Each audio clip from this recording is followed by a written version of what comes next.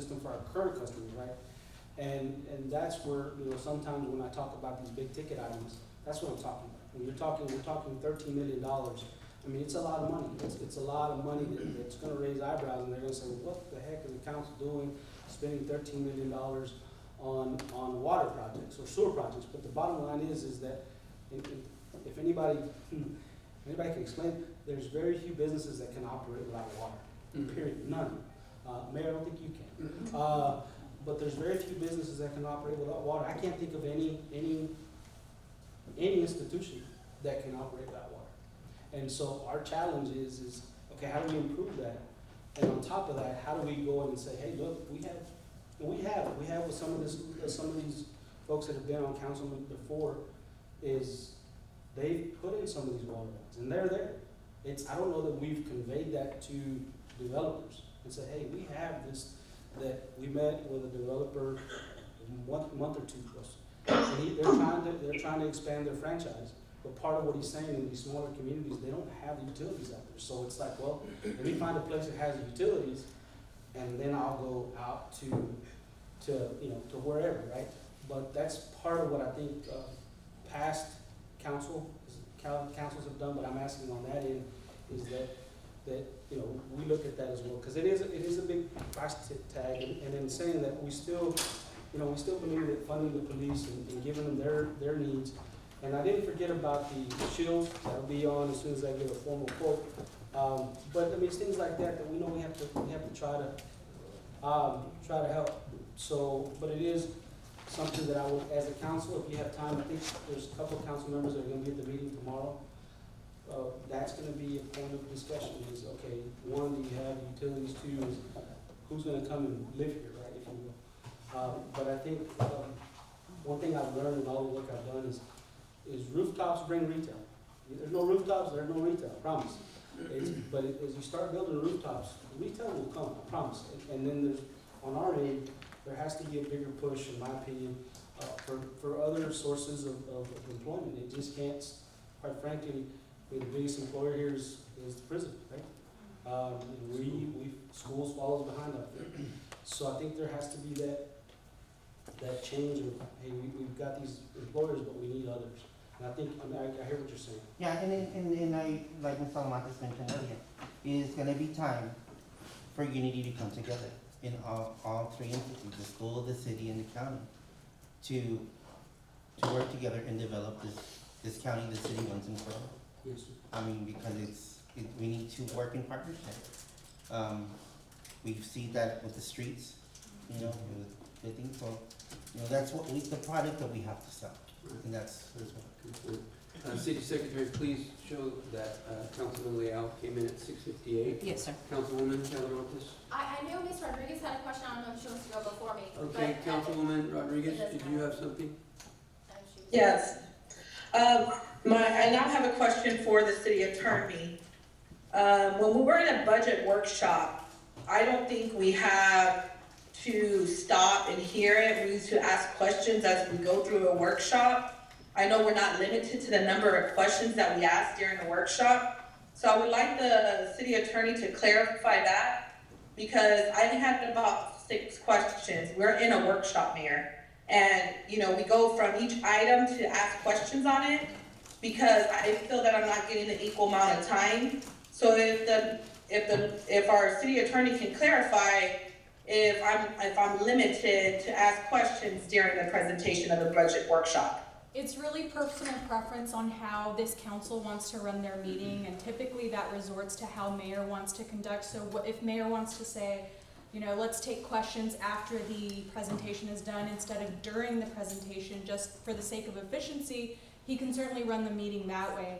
However, if council ever feels like maybe we should be running it a different way, you can certainly pass policies to amend, you know, whatever you guys want to affect.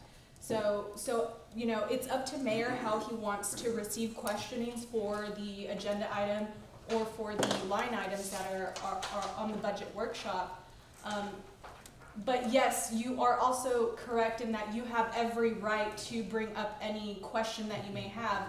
what, the timing of when to Okay, bring up the yeah, that's the only questions. answer I had. Bobby told me Yeah. something different a few minutes ago, but I didn't know Bobby wasn't there, but thank you so much. Yes. The question that I have, Councilwoman, let me address that, and Council two, that is my preference, so certainly, if you guys want to see something different, but I would prefer that he gets to go through his presentation. You know, so again, that's my preference, but please, I want you guys' input, and so, certainly, write down those questions, and we'll stay here as long as we need so that you guys can get fully vested in all of these particular questions that you may have. But anyway, yeah, that is how I would like to run the meeting, so if that answers that question. okay, Councilwoman Bobby told me Rodriguez, go different. ahead. I didn't know Bobby wasn't there. I'll address that with Bobby later. Yeah, fire away, what's your question? Okay, so the question I have is, the 2,000, Fred, how are you gonna differentiate, like, the difference between a 30-year-old employee versus someone that just passed the probation period of 90 days? Mhm. How is that equal enough to the employees that have been here a very long time? That's a good question. Well, all this is really, it's, I can't even consider it a cost of living increase, because it's not, it may go away next year. If we have it in the budget this year, next year, it may not be there. If things get tight, then we can always eliminate it. And so my point with that is when we look at this, it's not a performance evaluation, if you will, because the COLAs are different. The cost of living is different than your performance evaluations. With that, I guess what I'm getting at is making sure that we agree is that I also have the distinction of, well, if we're gonna give pay raises, it's normally on a percentage increase. The percentage increase is good for people like me, right, that make more money, that percentage-wise, I would get, and I'm saying this, right, I would get more money than the person that's making $30,000 a year. So again, in order to make it equal, or to have some sort of, okay, we recognize there's. Well, you don't think it should be cost of living then? And again, the cost of living, if we. And then everybody should be entitled to get it. Even if your people are on probation, they're still working at the city of Pearsall, and if that's a cost of living, it should be across the board. I don't know how you're making a difference between somebody that's gonna, you know, they apply to work for the city of Pearsall and they're gonna work a long time, if you're referring to it as a cost of living. They just don't get it because they're on probation, Again, those but things. everybody else gets it. Again, those things, whenever folks accept jobs, right, you're right, they accept it with the understanding that's the salary they make. So with that, what we're doing on our end is saying, okay, you folks have been here and you're not on probation. We can change it to where everybody gets it. I'm just saying that I don't have an issue either way. All I'm getting at is that I feel that folks that have been here, you're right, have been here a little while, at least off probation, should get the benefit, because my concern sometimes is, well, I'm still on probation, I could collect this money and be gone the next day. Which could happen. I mean, that's truly could happen, and we recognize it. On the other end, if you do the cost of living. Okay. The cost, let me just finish up. The cost of living is gonna continue even next year. So we impose a 4 or 5% cost of living. That doesn't go away next year, that's continues with their salary, which we can do. The challenge we have here, and as council members that have been here a while know, is one of our biggest revenue sources is sales tax. Sales tax, and if sales tax goes down next year, we don't anticipate it going down this year, but if sales tax goes down next year, then yeah, we're gonna have to find a way to scramble around, and that may be, hey, we're not gonna offer this incentive next year.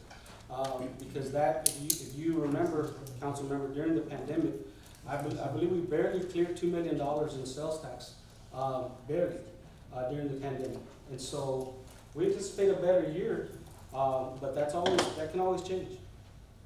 Okay, well, see, you just said that, but you just said a minute ago that we improved our fund balance during the pandemic because of the RFP.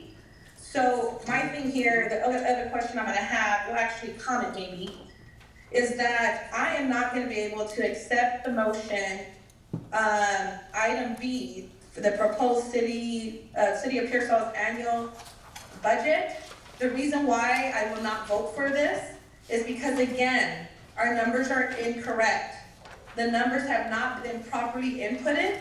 In the Councilwoman, budget? We're not on that item yet, we're gonna be on that in a minute, you're welcome to make a comment on that when we get to Yeah, that. but I'm in the middle of a comment. This is part, we just We're not- discussed this, We're not sir. there, we're not on that agenda item, so if you'll keep your questions specific to the budget workshop, we're not talking Yes, about. I'm talking about the budget. The numbers that he went over do not reflect. The first question that I asked about the medical, he said, oh, it was not appropriated correctly, that they got from another account.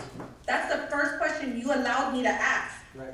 And now that I'm talking about that item, you're trying to make me quiet. I'm just saying that the numbers are again incorrect, third meeting in a row. That's all I gotta say. Okay, well, just for an example, I think you were indicating that there was an overage in that line item. If you go to page 52, for an example, on the general fund for parks and recreation, we're about $190,000 under. So in some areas, we've overspent, in some areas, we way underspent. So a budget is just an estimation, it's a hope of where we think we can go, and it's a guideline for what we Yeah, can but I do. wanna know what we're paying out of. We're paying out of different accounts, just like he said. Right. We accidentally made a mistake and paid out of another account. Right. That's why we're over. Okay, And I could share this with you, council member, and I think we can all agree on this. The fund balances have increased for a number of reasons, but primarily, it wasn't because of revenue. It wasn't because of tax increases or water rate increases. It was because of the expense control we had, okay? So if we're talking expenses, you can't increase your fund balance if you're not controlling expenses. And so with that, my point is that if we're controlling expenses and we have the budget and we're managing our budget, you'll see that in your audit, which you have. okay, Councilwoman Delmont? Okay, so I have 3 questions. Okay. One of them I'm gonna start where Councilman Rodriguez kind of took my question. But I wanted to know if we want to give the 2,000 incentive, what is the total that's gonna cost us to give that? With just the salary alone is a little over $150,000. And then we have to incorporate let me make sure I'm right here. You said 75 employees, right? Yes. You said 74, excuse me, 74 employees at $2,000. I think I'm a little over on that. Give me just a minute. 148. And then,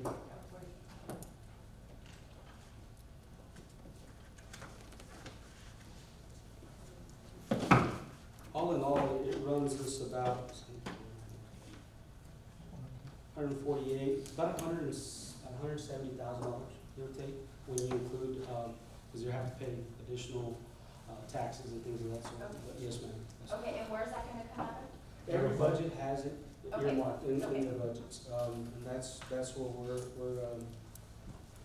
we're proposing. It comes out of each individual budget. So in essence, for instance, the police department, I believe they have 22 employees, and at $2,000 an employee, I think it comes out to, you remember what that was, $50,000? So again, it goes to every department. You'll see it itemized in the budget. Is it employee incentive? Yes, ma'am. Yes. Okay. Like on page 52, it's item number 109, 106, and it's 10,000 pertaining to that particular budget. Okay, Councilwoman Garza, or Oh, I Ms. still Moore? have another Okay. question. I remember back, it's been a couple of meetings ago, but I remember Councilman Trevino asked about a survey to be sent to our citizens about what they want to see in our city, top priorities. Did we ever do that? I don't believe I did. It's a survey. Okay. You're talking like doing a survey monkey type thing? Yes. Is there any particular I questions? remember we talked about, infrastructure, tourism, there were all kinds of things that you had mentioned, because we wanted to kind of rate what I our take that back. citizens. Take that back. There was a public meeting. There have been public meetings. Okay. One particularly with our comprehensive plan. And we're asking folks at those meetings and I can share that information with you. I believe we had now this is about 20 participants, and I believe they sent a questionnaire out.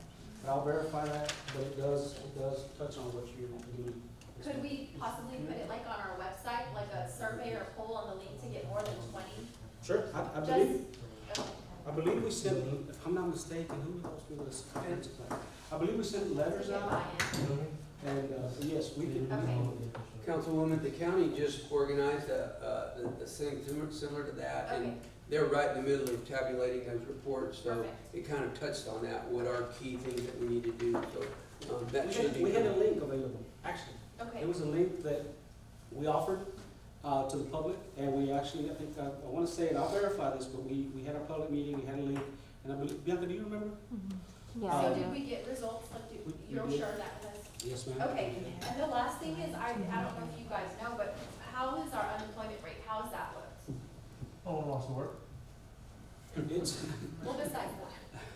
I don't, I haven't checked with the workforce commission, last I checked was, it's been a month. But, yeah, last I've heard, kind of what James alluded to, not, I won't say that they don't wanna work, it's that, yeah, I don't think the numbers, when they're getting people, they're attracting people to come in even to the workforce, my understanding. Okay, are you, Councilwoman Calhoun? Yes, thank you. Okay, Councilwoman Garza? She already asked my questions, I wanted to know where the money was coming from, and if it was, that it cost us $150,000, because that's a lot of money. Okay, sure. All right, anybody else have questions? Councilman Leal?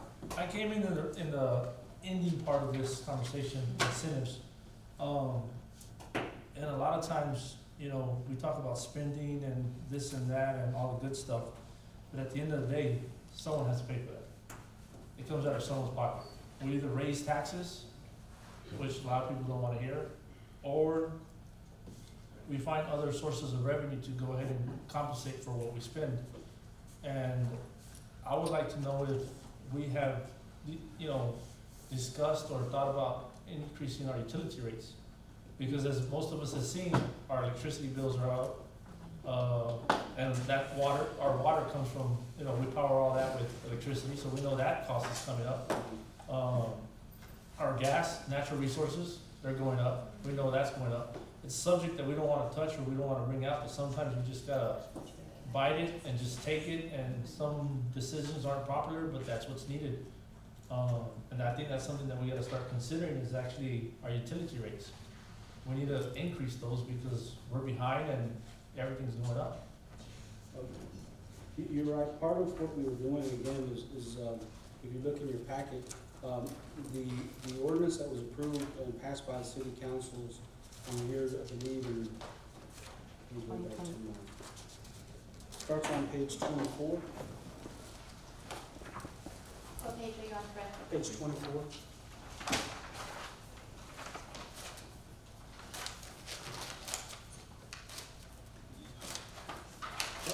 This was an ordinance that was adopted by the city council in 2020. And in essence, what it does is it increases utility rates gradually over a 5-year period. When I say gradually, I think it's, well, I'll just say it's gradual. It was an ordinance that was approved. And so when you start looking at that, I know it doesn't, sometimes it doesn't make a lot of sense what you're looking at. But what you look at here is if you look where we are, is 10, 22, if you look at page 25, you can see the proposed water rates for residential inside city limit customers. So you look at us, it's $22.83. So let's assume that you don't use any water, period. You just have an account with the city. That's what you pay for water, $22.80. It went up, it's going up that, and I'll just go into that one because there's a whole bunch to look at. It goes up approximately 60 cents per prior year. That's what you see. And then when you start looking at consumption, this is something on our end, to be quite frank, council, we're gonna address some of this year, is the consumption. It helps us in the fact that whatever somebody's consuming is what they have to pay. And that's just the way it is. And so you have bigger consumers that, and the reason is that you have bigger consumers that weigh more on the system. So when that water is being pumped, somebody, you have electrical costs, you have all these other costs associated with pumping of water, right? And so electricity's being probably the biggest one. That's what we look at whenever we're talking about assessing these rates. And so you'll see that for residential ICL is residential inside city limits. You'll see in blue on at the top of page 25. So anybody that's in the city limits gets assessed $22.83. It's a minimum bill. If you're a senior citizen, and I think the council in previous years did a good job, they addressed, they do pay less. So see, if you're a senior citizen, you pay $14.95. That is on the water side, okay? Commercial users, you can see what those fees are for inside city limits. When you start talking about wastewater, you start looking on page 28, you'll see the rates there for residential inside city limits, senior citizens inside city limits, and commercial inside city limits. Our solid waste rates are also there on page 31, and then you'll see other proposed rates. If you look at others, we do have outside city limit fees that are different. And so you'll see that, I need to check.